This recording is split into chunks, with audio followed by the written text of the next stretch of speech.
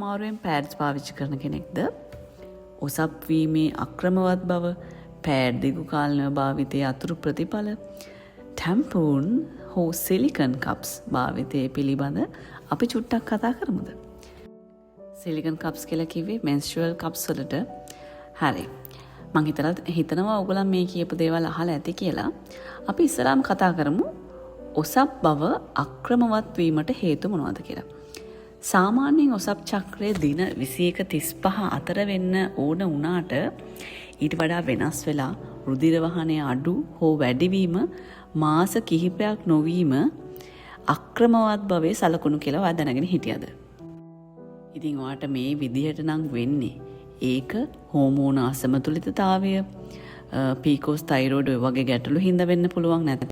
නැත්නම් ආතතිය, අධික ව්‍යායාම, වේගයෙන් බර වෙනස් වීම, ඒ වගේ දේවල් වෙන්නත් පුළුවන්. ඒ වගේම තමයි අපි පිටතින් අපේ ශරීරයට ගන්න හෝමෝන් ප්‍රතිකාර වගේ දේවලුත් මේකට හේතු වෙන්න පුළුවන්.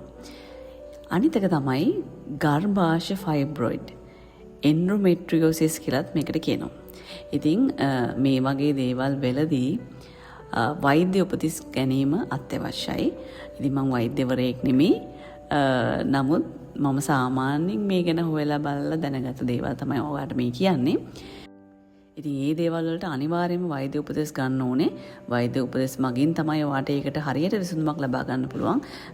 ඒක අරයට මෙයාට කිය අපි දවසක් බලමු, නැත්නම් මාසයක් බලමු, තව ටික දවසක් බලමු, ඔන්නෝම කිය කල් අරින්න හොඳ දෙයක් නෙමෙයි කියන එක මම ඔයාලට මතක් කරන්න කැමතියි.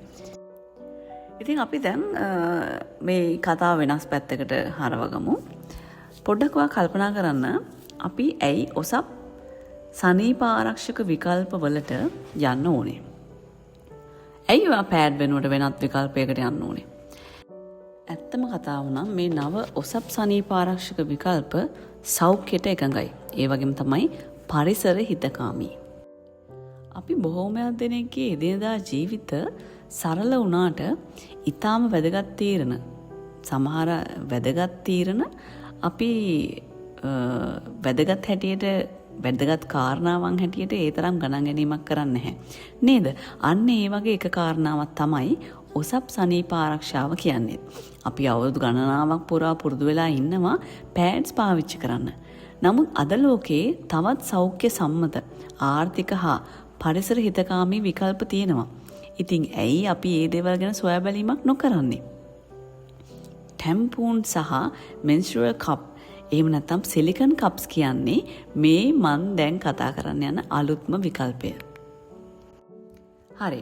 අපි ඉස්සෙල්ලාම කතා කරමු පෑඩ් වලට ඇති ගැටලු පිළිබඳව. මේ ගැන කතා කරනකොට අපි දන්නවා බොහෝ වාණිජ පෑඩ් වල ප්ලාස්ටික්, රසායනික ද්‍රව්‍ය සහ සුවඳ විලඟුන් අඩංගු බව. මේවා දිගු කාලීනව භාවිතා කිරීමෙන් කැසීම, ආසාත්මිකතා සහ සමේ රෝග ඇතිවිය හැකියි. ඒ වගේම එක් පෑඩ් එකක් දි รา පත් වීමට අවුරුදු 500ක් 800ක් වගේ කාලයක් ගත වෙනවා. ඒ කියන්නේ අපි අපේ ජීවිත කාලය මෙවරනකම් ඒක දි รา පත් වෙලා නැහැ. අපි මාසෙකට පෑඩ් 10ක් 15ක් බැගින් අපද්‍රව්‍ය ලෙස දානවා. ඉතින් ඒක විශාල පාරිසරික ගැටලුවක් නෙමෙයිද? ගණනය කිරීම වලට අනුව එක් ස්ත්‍රියක් ඇගේ ජීවිත කාලයේදී පෑඩ් සඳහා රුපියල් ලක්ෂ 3ක් සහ ලක්ෂ 5ක් අතර ප්‍රමාණයක වියදමක් දරනවා. ඉතින් ඔයා චුට්ටක් කල්පනා කරලා බලන්න, වියදම් අතිනොත් ඒක අපිට හොඳ දෙයක් නෙමෙයි. පෑඩ් දිගු කාලින භාවිතයේ අතුරු ප්‍රතිඵල ගැන තමයි දැන් මම කතා කරන්න යන්නේ. ඒ කියන්නේ long term consequences ගැන.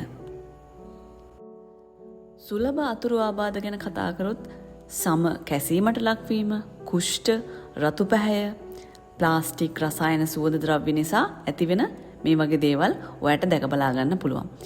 ඒ වගේම තමයි යෝනි මාර්ගයේ ආසාදන, තෙතමනය හා වාතාශ්‍රය නොමැතිකම නිසා බැක්ටීරියා දිලීර වැඩිවීමට අවකාශය ලැබීම මගින් මෙන්න මේ වගේ දේවල් වෙන්න පුළුවන්.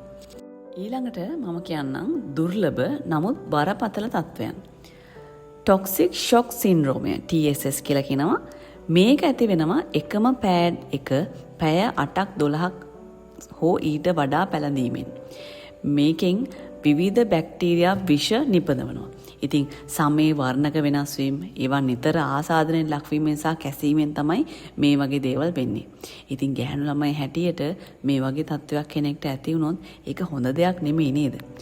හරි. අපි දැන් හැරමු විකල්ප දිශානතිය අපි දැන් මෙච්චරලා කතා කර හිටපු මේවයි හොඳ නරක ගැන පොඩ්ඩක් කතා කරමු. ඉස්සෙල්ලාම අපි කතා කරමු ටැම්පූන් ගැන. ඔයගොල්ලන් අහලා තියෙනවද මේ ටැම්පූන් ගැන?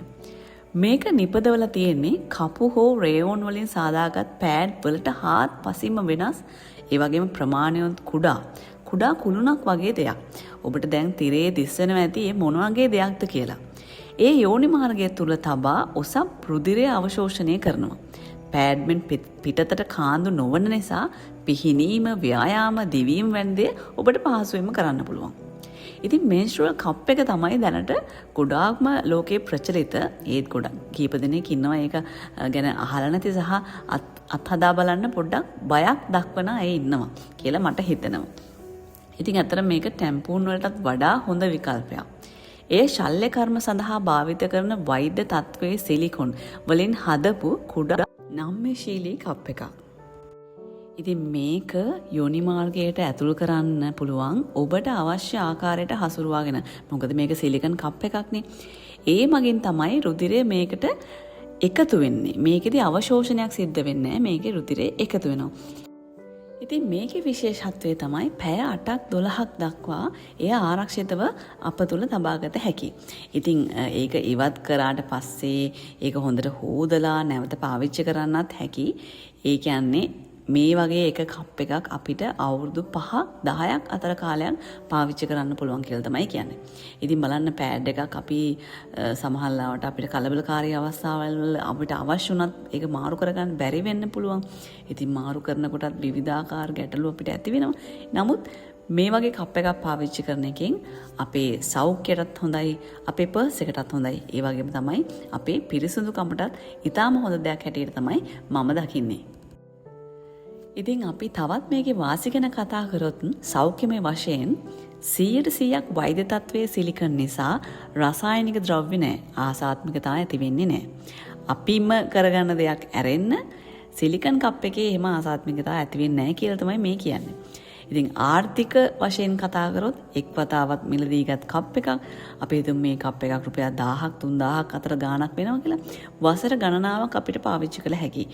පෑඩ් එක සඳහා මාසකට සාමාන්‍යයෙන් රුපියල් 400-800 අතර වියදමක් අපිට දරන්න වෙනවට වඩා ඒක ලාභයි වගේම ඊටාම සෞඛ්‍ය ආරක්ෂිතයි. පරිසර හිතකාමී අතින් ගත්තොත් වසරකට ඔබෙන් විතරක් පෑඩ් 150ක් 180ක් අතර ප්‍රමාණයක් විනාශ කර ගැනීමට නොහැකි කුණු ගොඩවල් වෙනවා. ඒ වෙනුවට මේ වගේ දෙයක් භාවිතා කිරීමෙන් අපි ඇත්තටම කරන්නේ හොඳ දෙයක් නෙමෙයිද කියලා චුට්ටක් කල්පනා කරලා බලන්න. ඉතින් පහසුව ගැන අපි කතා කරොත් රාත්‍රියේදී ගමන් බිමන් යන විට පාසල් රැකියා අවස්ථාන්වලදී ඔබට හිතා ගන්නටත් බැරි තරම් නිදහසක් විශ්වාසයක් ලැබෙනවා. ඉතින් පාසල් කියලා කියපු නිසා මම පුංචි දෙයක් කියන්නම්. ශ්‍රී ලංකාවේ මේ කප් එක අවිවාහක තරුණියන්ට සාමාන්‍යයෙන් යෝජනා කරන්නේ නැහැ. මම දන්නේ ඒකට හේතුව මොකක්ද කියලා. සාමාන්‍යයෙන් අනිත් රටවල් වල මේක පාවිච්චි කරනවා බහුල වශයෙන් විවාහක අවිවාහක කියලා නැතුව. මම හිතන්නේ අපේ රටේ තියෙන යම් යම් මතිමතාන්තර පිළිගැනීම් එක වෙන්නේ නැති මේක දැනට අවිවාහක කාන්තාවන්ට පාවිච්චි කරන්න කියලා යෝජනා කරන්නේ නැහැ. ඉතින් මමත් ඒ විදිහටම ඒ අයට පාවිච්චි කරන්න කියලා යෝජනා කරන්නේ නැහැ. ඉතින් ඔබට පහසු විදිහට ඔබේ කැමැත්ත විදිහට ඒ දේවල් සිදු කරගන්න කියලා ඉතින් මම ආරාධනා කරනවා. ඉතින් සමහරු කියනවා අපිට පුරුදු දෙයක් අත්හැරලා අලුත් දෙයක් පාවිච්චි කරන්න අමාරුයි කියලා. ඉතින් ගොඩාක් දේවල් වලට අපේ මිනිස්සු කියන්නේ එහෙමනේ. හැබැයි මුල්ම වතාවේ යම් යම් අපහසුතාවයන් දැනුණත් මේක ඉගෙන ගත්තට පස්සේ මේ දේ Tamanට ගැලපෙන විදිහට පාවිච්චි කරන්න ගත්තට පස්සේ විශ්වාස කරන්න මාව මේක පෑඩ් වලට වඩා හරිම පහසුයි, හරිම පිරිසිදුයි සහ ආරක්ෂිතයි. අපි හැමෝම අපේ සෞඛ්‍ය ගැන සහ අනාගත පරම්පරාවට යහපත් පෘථිවියක් දායාද කිරීම ගැන සිතිය යුතුමයි. ඉතින් අවම වශයෙන් මෙම විකල්පය ගැන අපි දැනුවත් වෙන්න අවශ්‍යයි කියලා හිතලා තමයි මම මේ වීඩියෝ එක අද ඔයගලන්ට අරන් ආවේ. ටැම්පූන් හෝ කප් එකක් එක වරක් හෝ භාවිත කරලා බලන්න. ටැම්පූන් එකක් හදිසි අවස්ථාවන් වලදී පාවිච්චි කරලා කමන්නේ. හැබැයි මේ කප් එක තමයි මම ගොඩක්ම රෙකමන්ඩ් කරන්නේ. මොකද ටැම්පූන් එක උනත් අපි ඒක විසි කරන්න ඕනේ පාවිච්චි කරලා පස්සේ. ඉතින් අපි මෙතනදී කතා කරන්නේ අපි පරිසරයට කිසිම අපද්‍රව්‍යයක් මුදා හරින්න නැති එක ගැනනේ. ඉතින් කප් එකක් කියන්නේ ඔයා අවුරුදු 5-10 අතර ප්‍රමාණයක් පාවිච්චි කරන්න පුළුවන් දෙයක්. ඒක ඔබේ ශරීරයට, පසුම්බියට, පෘථුවියට ලැබෙන අනර්ග තෑග්ගක් වේවි කියලා මට විශ්වාසයි. එහෙනම් ඉතින් අදත් මගේ වීඩියෝ එක එකතු වෙච්ච ඔයගොල්ලන් හැමෝටම බොහොම ස්තුතියි. මගෙන් දෙයක් මොනවා හරි ඉගෙන ගත්තා නම් thumbs up එකක් දාන්න, share කරන්න. මාව subscribe කරලා නැත්නම් අනිවාර්යෙන්ම subscribe කරන්න. ඉතින් මං ස්තුතිවන්ත වෙනවා ඔයගලන්ට මාව එක එකතු වුණාට මොනවා හරි ප්‍රශ්න තියෙනවා නම් අනිවාර්යෙන්ම comment එකක් දාන්න.